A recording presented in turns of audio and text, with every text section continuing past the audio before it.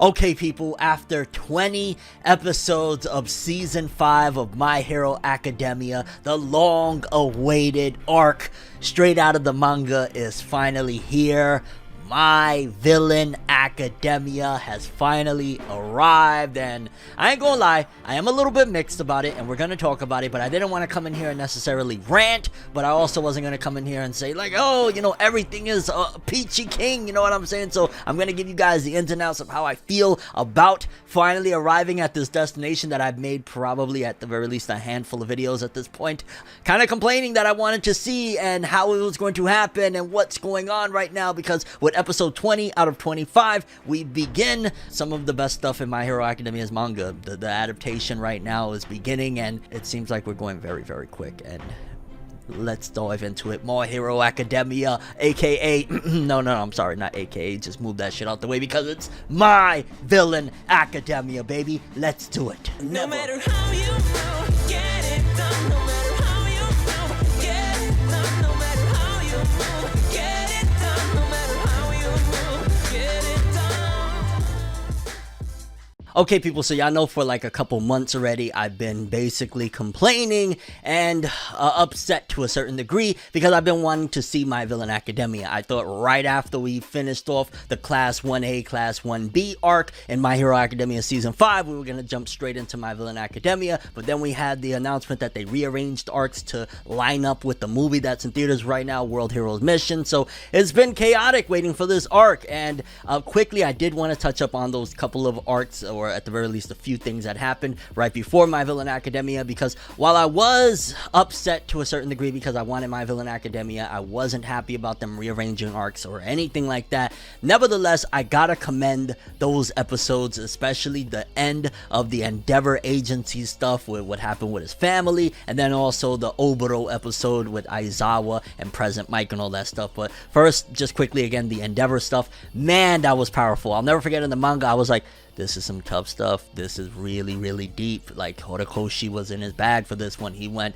very, very heavy with it because, you know, it's a shonen anime, but it's also going deep into what felt like a realistic family problem. Yeah, there's the supernatural sci-fi elements of they are superheroes with superpowers and stuff like that, but beneath it all, beneath the surface, is a broken family with the Todoroki family, and kind of seeing how they're trying to pick up the pieces and how it's harder for others because the brother Natsuo was just really messed up about the whole thing, but the sister's trying to keep the family together, and you know, they're preparing for the mother. And I ain't gonna lie, I'll just keep it straight up and down, I didn't expect for this to happen, but it happened. I was teary-eyed as hell towards the end of that arc, because being somebody that comes from somewhat of a broken home, I could relate very strongly. And then on top of that, just the question that, you know, if you watch some of my manga videos where I talk about the Todoroki family crisis and stuff like that, it just kind of always dawns on me regarding Endeavor and his situation of his family, and how does he move forward from here. Is there no redemption for a man that's made a mistake? You know, that just kept ringing on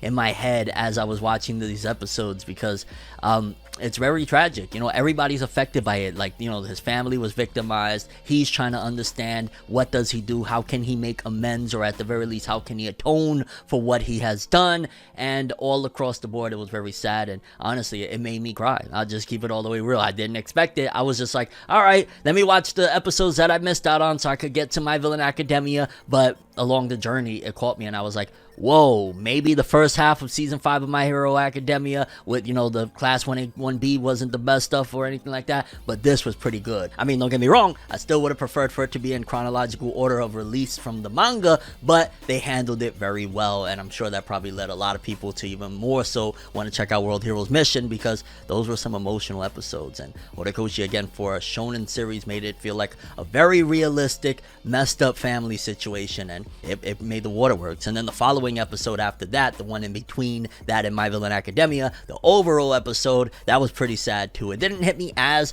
hard as the Endeavor stuff, maybe just because like I could relate more to the Endeavor thing and than I could with the overall situation, but that was powerful as well. The Aizawa stuff, you know, seeing a former friend, which very, and I've said this before with the manga and I'll say it again, very reminiscent of the whole Obito situation. If you just kind of put people where they would be, you know, the goggles and everything, like basically Obito is like Obito Kakashi, Aizawa, wow, I was gonna say President Mike Rin. I don't think that one fits, but yeah, it was very similar how, Oboro was thought to be dead. He fell under a building or some shit like that during some class stuff back in the day when they were younger. Then this villain shows up and it's actually the remains of Oboro and shit. So very, very reminiscent and very inspired, in my opinion, of that stuff, but it was pretty powerful. Aizawa screaming, trying to get Kurogiri to kind of, transfer back into Oboro for that time, and in general going back. Like, honestly, it made me, because I've never read the Vigilante manga, but it made me want to go read that, and on top of that, hope for one day them to do an anime adaptation of My Hero Academia Vigilantes, the spin-off manga about, like, I want to say it was like in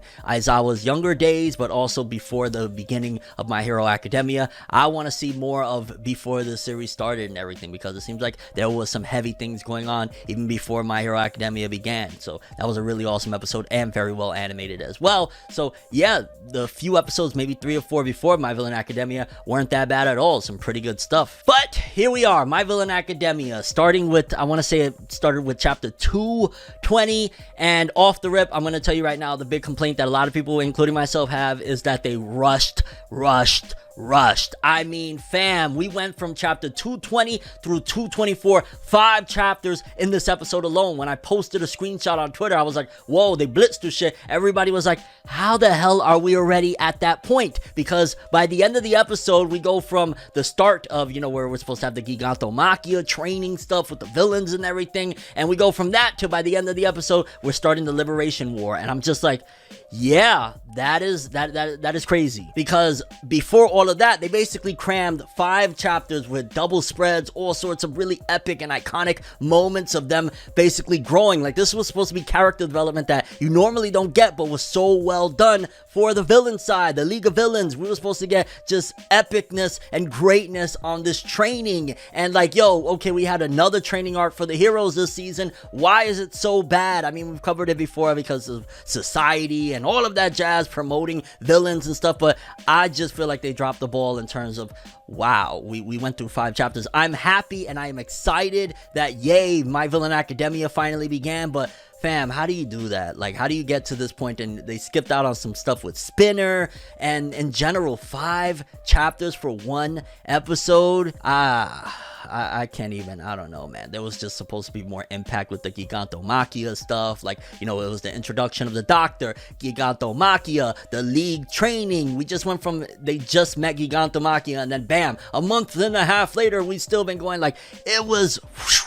And on top of all of that, in the midst of it, they squeezed in a bit of Shigaraki's backstory, which that kind of hit because it started giving more hints of, okay, why Shigaraki is so loyal to All For One, how his first memories is pretty much of All For One holding him, and aside from that, he has like some fragmented stuff, and they told him, hey, you went crazy with your powers and you killed your family, and that's pretty much what he knows, and his bond with these limbs and shit, like really, really creepy and scary shit. So good stuff there, and in general, the source material content is somewhat, there, but it just doesn't feel like it should have felt. That this should have been, this episode alone could have been 2 to 3 episodes at the very least. If they would have spanned, like, let's just say even 2.5 chapters an episode, boom, that could have been 2 episodes right there. Because again, we got all of that. We got them meeting with the doctor breaking shit down to them. We got the introduction to Reed Destro, the Liberation Army. We got Dabi choosing not to be a part of the Gigantomachia stuff. We got the war being declared on the League of Villains from Reed Destro. We got, what is it, Jidan, is that how you pronounce his name, being captured. We just had so much crammed into this episode, and while I still loved it because My Villain Academia, again, is like the beginnings of the best 2 arcs of My Hero Academia as a whole, but god damn was this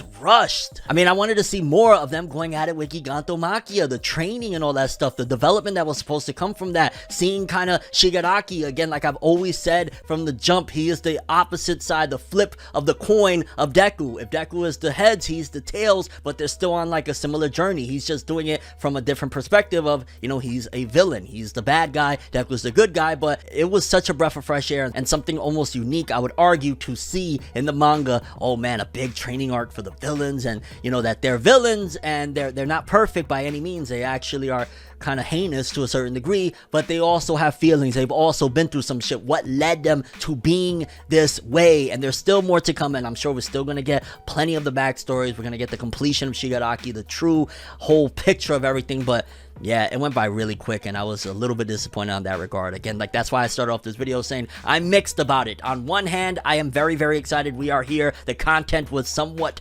present. It was awesome to see. We dived into it. We got the, you know, the doctor. We got the My Villain Academia as a whole, but then at the same time, it wasn't really as a whole because it was kind of rushed through. Hopefully, moving forward, the pacing isn't as fast, and maybe it was just that they wanted to push aside, like, the training aspect because we already had half a season of the heroes training, and they were like, well, we don't want to do that. But I don't know, man. It's like, it's bittersweet. I'm happy, I'm excited, but at the same time, I know that it could have been and should have been a lot better than what we got in the end. But hey, it is what it is. I don't want to be like spoiled about it. Like, at the very least, we got My Villain Academia. I want to be a little optimistic because I love this shit. I love these characters. Toga twice, Shigaraki, and also the episodes, again, 2 to 3 before it, leading up to it, weren't that bad at all. They were actually pretty damn good, especially for me personally, on a personal level. That Endeavor agency end with his whole family situation, it really hit. Left me in tears, and hopefully by the end of this My Villain Academia stuff, it leaves me in tears again because it's supposed to be great stuff. This is my favorite shit. This is what made me fall really deeply in love with the villain and the cast of villains of My Hero Academia. Don't screw this up, Bones. You've already dropped the ball multiple times. We rushing. Put the brakes down a little bit. Let's kind of coast into the greatness. But I'm curious what you guys thought about the My Hero Academia anime lately, the end of the Endeavor agency stuff. Did you get emotional about his whole family situation? What did you think about the Aizawa overall stuff? Did it remind you of Naruto if you've seen Naruto? And My Villain Academia, yay or nay for the first episode? Were you disappointed that they rushed, or you're just excited to see everything, or you're in between and the villains are here? Just hopefully they're not rushed out the door. But that's all I have for this one. Thanks for watching. Hope you enjoyed. If you liked anything I had to say or enjoyed the video, drop me a like. I'd greatly appreciate it. And if you want more from me, make sure to subscribe. Follow me on Twitter, Instagram. Hit that bell to get all notifications. And if you want to follow any of my other social media, links in the description below. I'm ForneverWorld, and as always, people, have an awesome day. And remember the golden rule: anime and manga for life. Bye. Have an awesome day. Peace in, and My Villain Academia, baby. Bones, step it up a little bit. Step it up, because this is that shit that I love. We love this shit. These villains. Let's do it. So